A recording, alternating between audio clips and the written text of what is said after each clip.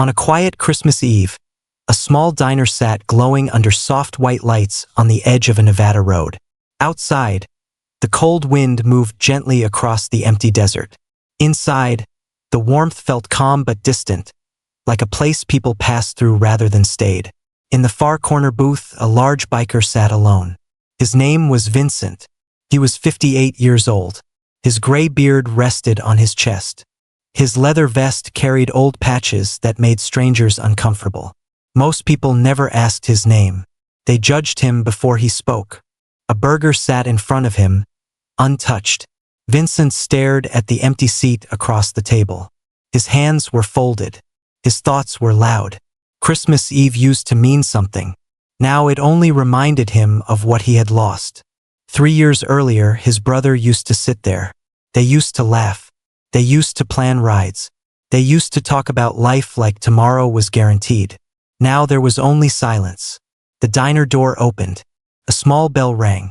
A woman stepped inside with her young daughter. The woman looked tired but gentle. She wore a thin coat over a work uniform. The girl held her hand tightly. Her red jacket stood out against the quiet room. They sat at the counter. The woman spoke softly when she ordered. She chose carefully. She ordered food for her daughter, only water for herself. Vincent noticed. He noticed how the woman counted her money twice. He noticed how she smiled for her daughter even when her shoulders looked heavy. The girl turned around. Her eyes met Vincent's. Most people looked away when they saw him. This child did not. She slipped off her seat and walked toward him. Her mother stood up quickly. "Sophie, come back here." But the girl kept walking. She stopped beside Vincent's table and looked up at him. "You look sad." Vincent blinked. "I am fine, kid. You are not eating. My mom says when people do not eat it means their heart feels heavy." The mother rushed over. "I am so sorry. She should not bother you." Vincent raised his hand slowly. "She is not bothering me." He looked down at the girl. "She is right. I am sad." The girl reached into her pocket and pulled out a folded paper snowflake. It was simple and uneven. She held it out carefully. "I made this for Christmas. Santa says people should be kind, even if someone looks scary." Vincent took the snowflake. His hands shook. "Thank you. Why are you sad on Christmas?" "Someone I loved is gone." The girl nodded. "My dad is gone too. My mom gets quiet sometimes." The woman froze. Her eyes filled with tears. Vincent met her gaze. "I am sorry." She nodded. "Me too." Vincent looked at the food on his table. "This is too much for me. Would you like to sit?" Nobody should sit alone on Christmas. The girl smiled and climbed into the booth. The woman hesitated. Then she sat. "I am Iris. This is Sophie. I am Vincent." They ate together. Sophie talked about school, about her drawings, about Christmas lights. Vincent listened. He felt something he had not felt in a long time. Connection. "You ride motorcycles?" "Yes." "Are you mean?" "Sometimes people think so, but I try not to be. My teacher says people are more than what they look like." Vincent smiled softly. "Your teacher is wise." The room felt warmer. Outside, the wind kept moving. Inside, 3 strangers shared a table. None of them knew it yet, but this small moment was the beginning of a new story. A story about kindness. A story about second chances. And a story about how one quiet act can change everything. The diner felt quieter after the plates were cleared. Soft lights reflected on the windows. Outside, the night moved slowly, calm and cold. Vincent sat back in the booth. He looked at Sophie drawing on a napkin with crayons the owner had given her. "What are you drawing?" "A motorcycle." She held it up proudly. "That is you. And you are smiling." Vincent studied the picture. "I do not smile much. You can start again. My mom says people can always start again." Iris smiled gently. "She is right." Vincent nodded. "She is very wise." Sophie leaned closer. "Are you alone tonight?" "Yes." "Do you live alone too?" "Yes." "That is sad." "I guess it is." Iris shifted in her seat. "Sophie, it is okay." Vincent looked at Iris. "You and Sophie, are you traveling?" "Yes. We were going to my sister's house for Christmas." But things did not go as planned. The car got tired. Sophie giggled. Cars get tired too. Vincent smiled. Where is it now? At a small garage down the road. They are closed until after Christmas. Vincent noticed Iris lower her voice. We were going to stay at a motel nearby. Just for one night. Vincent understood the pause. The careful words. The quiet worry. It is very cold tonight. It is. Sophie hugged her jacket. Mom said we would be okay. We always are. Vincent sat quietly for a moment. He had not spoken these words in years. I have a small house. It is not fancy. But it is warm. There is a guest room. You could stay tonight. Iris froze. Oh no. We could not. Mom. Sophie looked at her. Please. Iris shook her head. We cannot ask that. You are not asking. I am offering. Nobody should be alone on Christmas Eve. Iris looked at Vincent carefully. She saw tired eyes. Honest ones. Are you sure? Yes. Sophie smiled wide. Thank you. They left the diner together. Vincent drove slowly. The road was quiet. Sophie talked from the back seat. Do you have a Christmas tree? Not this year. That is okay. We can imagine one. Vincent's house was small and clean. Simple furniture. Few pictures. He showed them the guest room.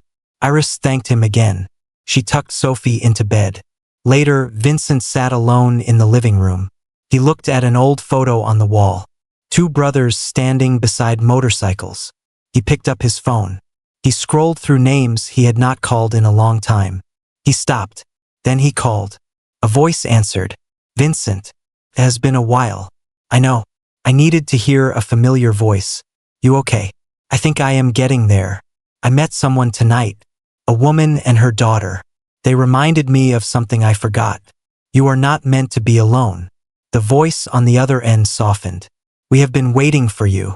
Later that night, there was a quiet knock. Vincent opened the door. Sophie stood there holding another paper snowflake. This one is special. She handed it to him. Says do not give up. Vincent swallowed. Thank you. She smiled. Good night. Vincent watched her return to her room. He sat down holding the snowflake. For the first time in years, his house felt alive. Not full, but hopeful. And somewhere deep inside, something old and heavy began to lift. Slowly, gently, like morning light after a long night. Christmas night settled gently over the town. The clubhouse slowly grew quiet. Families said their goodbyes. Lights dimmed one by one. Vincent walked Iris and Sophie to the truck. Thank you for trusting me today. Thank you for reminding us that good people still exist. Sophie hugged Vincent tightly. Will I see you again? I hope so. I want that. They drove away. Vincent stood outside for a long moment, breathing in the cold air. His chest felt full in a way he did not recognize yet. The next morning, the house felt different. Not silent, just calm. Vincent heard footsteps in the hallway. Good morning. Iris smiled, holding a small bag. I made breakfast again. I hope that is okay. It is more than okay. Sophie ran in behind her. Guess what? What? The car people called. It will be ready this afternoon. That is good news. Vincent nodded but felt something unexpected. He did not want the moment to end. Later that day, Vincent drove them to the garage. The mechanic smiled. Everything is set. Iris looked confused. I did not pay yet. It is already handled. Iris turned to Vincent. You promised nothing more. I promised help. Not limits. She pressed her hands together. I do not know how to thank you. Just keep going. That is enough. Before leaving town, Iris hesitated. We are going to Reno, to my sister's place. If you are ever there. She stopped. You would be welcome. Vincent smiled. I would like that. Sophie handed him another paper snowflake. This one says friends. He nodded. Friends. Weeks passed. Vincent kept his promise to himself. He showed up more. He rode with his group again. He laughed sometimes. He even called Iris. Their conversations started small. Weather, work, school stories. Then they grew deeper. Dreams, fears, hope. One afternoon, Vincent rode to Reno. Sophie ran toward him at the park. You came. I said I would. They spent the day together, walking, talking, sharing stories. Iris watched them quietly. You are good with her. She is easy to care about. That night they sat on a bench. I need to tell you something. Go ahead. There was a time I felt lost, overwhelmed. But meeting you changed something. You showed me that people can begin again. Vincent looked at her. You helped me first. I just followed. Spring arrived. Then summer. Vincent visited often. He fixed small things around the apartment. He showed Sophie how to balance on her bike. He listened when Iris talked about work. Life did not change suddenly. It changed steadily. One evening, Vincent stood on the balcony looking out at the city lights. Sophie joined him. You look happy. I think I am. My mom smiles more now. That makes me happy. Vincent knelt beside her. You make a lot of people happy. She smiled. So do you. That night, Vincent realized something important. Family does not always start the way you expect. Sometimes it starts with kindness. Sometimes with patience. Sometimes with a paper snowflake handed to the right person at the right moment. And sometimes it grows because someone chooses to stay. Autumn arrived quietly in Reno. Leaves changed color along the sidewalks. The air felt cooler. Life moved forward at a steady pace. Vincent visited more often now. Not as a guest. Not as a helper. But as someone who belonged. One evening, Iris invited him to stay for dinner. Sophie helped set the table. You sit here. She pointed to the chair beside her. Vincent smiled. Yes, ma'am. Dinner was simple. Warm food. Easy conversation. Afterward, Sophie spread papers across the floor. I am making snowflakes again. Already. Christmas is coming back soon. Vincent watched her fold carefully. You remember last year? Of course. That was when everything changed. Iris looked at him. For all of us. Later that night, Iris walked Vincent to the door. Can we talk for a moment? Of course. They stood quietly. I need to be honest. Please do. I was scared when we first met. I judged you by how you looked. I thought I needed to protect Sophie from everything. Vincent nodded. I understand. But you showed us patience, respect, care. You never pushed, never asked for anything. Iris took a breath. I trust you. Vincent felt the weight of those words. Thank you. That means more than you know. Weeks later, Sophie came home excited. Guess what? What? My school has a family day. They want parents and helpers to come. Helpers. She looked at Vincent. Would you come with us? Vincent paused. Are you sure? Yes. I want you there. Iris nodded. We both do. The day arrived. Parents gathered. Laughter filled the yard. Vincent stood back at first. He felt eyes on him. Curious looks. Quiet whispers. Sophie noticed. She took his hand. Come on. She pulled him forward proudly. This is Vincent. He helps us. Vincent felt something shift again. He was not hiding. He was standing. Later, a teacher approached. You must be Vincent. Yes. Thank you for being such a strong presence for Sophie. She speaks highly of you. Vincent nodded quietly. That means a lot. On the drive home, Sophie leaned back. I liked today. Me too. People saw you. They saw you for real. Vincent smiled. So did I. That night, Iris found Vincent on the balcony. You were brave today. I was nervous. You did it anyway. That is growth. Vincent looked out at the city lights. I spent years staying away. I thought being alone was easier. And now I know better. Iris stood beside him. So do we. Winter returned slowly. Snow dusted the streets. Vincent spent more nights at the apartment. Sometimes on the couch. Sometimes staying late just to talk. One evening, Sophie fell asleep between them during a movie. Iris looked at Vincent softly. She feels safe with you. I do too. Vincent swallowed. I never planned this. Neither did I. But I am grateful. As Sophie slept, Vincent understood something clearly. This was not about saving anyone. It was about choosing to show up. About earning trust through kindness. About becoming better one step at a time. And for the first time in a long while, Vincent felt ready for whatever came next. Winter deepened as the year moved forward. Snow rested quietly on rooftops. Streets felt slower. Evenings felt closer. Vincent spent more time in Reno now. Not because he had to, because he wanted to. One evening, Iris invited him to sit with her after Sophie went to bed. The apartment was quiet. "I need to talk to you. Of course. I have been thinking a lot. About us." Vincent listened. "I never planned to let someone this close again. Neither did I. But here we are." Iris nodded. "I want honesty. So do I. Care about you. I care about Sophie." Vincent felt his chest tighten. "I care too. More than I expected."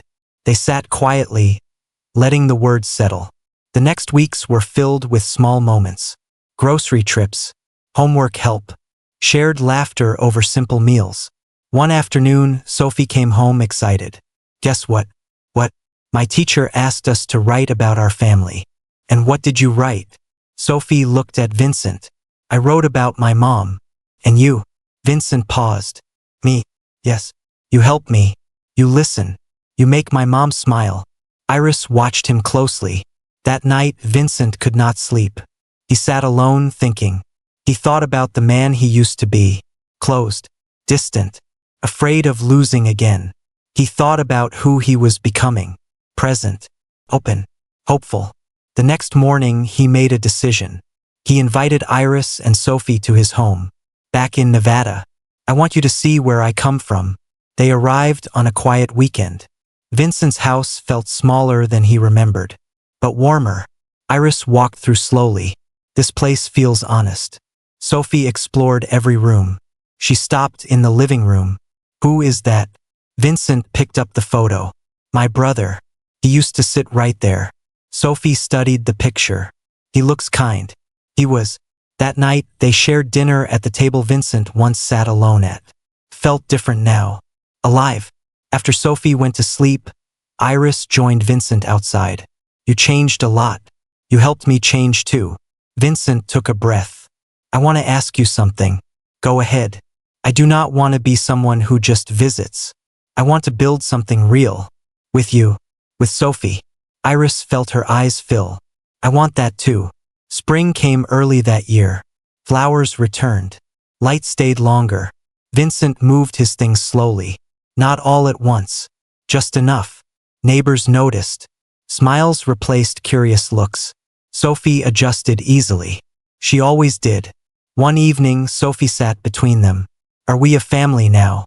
Vincent looked at Iris. "If you want to be." Sophie smiled. "I do." Iris reached for Vincent's hand. "So do I." Vincent squeezed her hand gently. For the first time, he was not afraid of the future. He was ready, not because life was perfect, but because it was shared. And that made all the difference. 1 year later, Christmas Eve returned quietly. Snow rested on the streets. Lights glowed in windows. The season felt warm again. Vincent stood in the kitchen of the Nevada house. The same house that once felt empty now felt full. Iris adjusted the table. Sophie placed paper snowflakes along the wall. "I made new ones this year. They look perfect." Vincent smiled. They all sat together for dinner. Simple food. Easy laughter. A moment Vincent once believed he would never have again. After dinner, Sophie disappeared down the hallway. She returned holding a small box. "This is for you." "For me?" "Yes." Vincent opened it slowly. Inside was a paper snowflake. Stronger this time, carefully folded. It had words written in clear letters. "Thank you for choosing us." Vincent felt his chest tighten. "I will always choose you." Iris reached for his hand. "I never imagined this life. Neither did I. But I am grateful every day." Later that evening, Vincent took Iris outside. The air was cold but gentle. "I have something for you." He handed her a small box. Inside was a key. "What is this?" "A key to this house. I want this to be our home. If you want that too." Iris looked at him with quiet joy. "Yes, I want that." Sophie opened the door behind them. "Does this mean we all live together?" Vincent knelt down. "Only if you want me to be here every day." Sophie hugged him tightly. I want that. Inside, laughter filled the house. Music played softly. The night felt peaceful. Later, Vincent stepped outside alone. He looked up at the stars. He thought about the man he used to be. Quiet, closed, lost.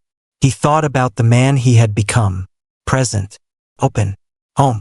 I found my way, not through strength, not through pride, but through kindness. Inside, Iris called out, come back in. We are saving your seat. Vincent turned toward the door. He walked back inside. To warmth, to family, to a future built on respect and care. And on that Christmas Eve, Vincent finally understood. Life does not change because of who you were. It changes because of who you choose to be. And sometimes all it takes is one small act of kindness, one paper snowflake, and the courage to open your heart again.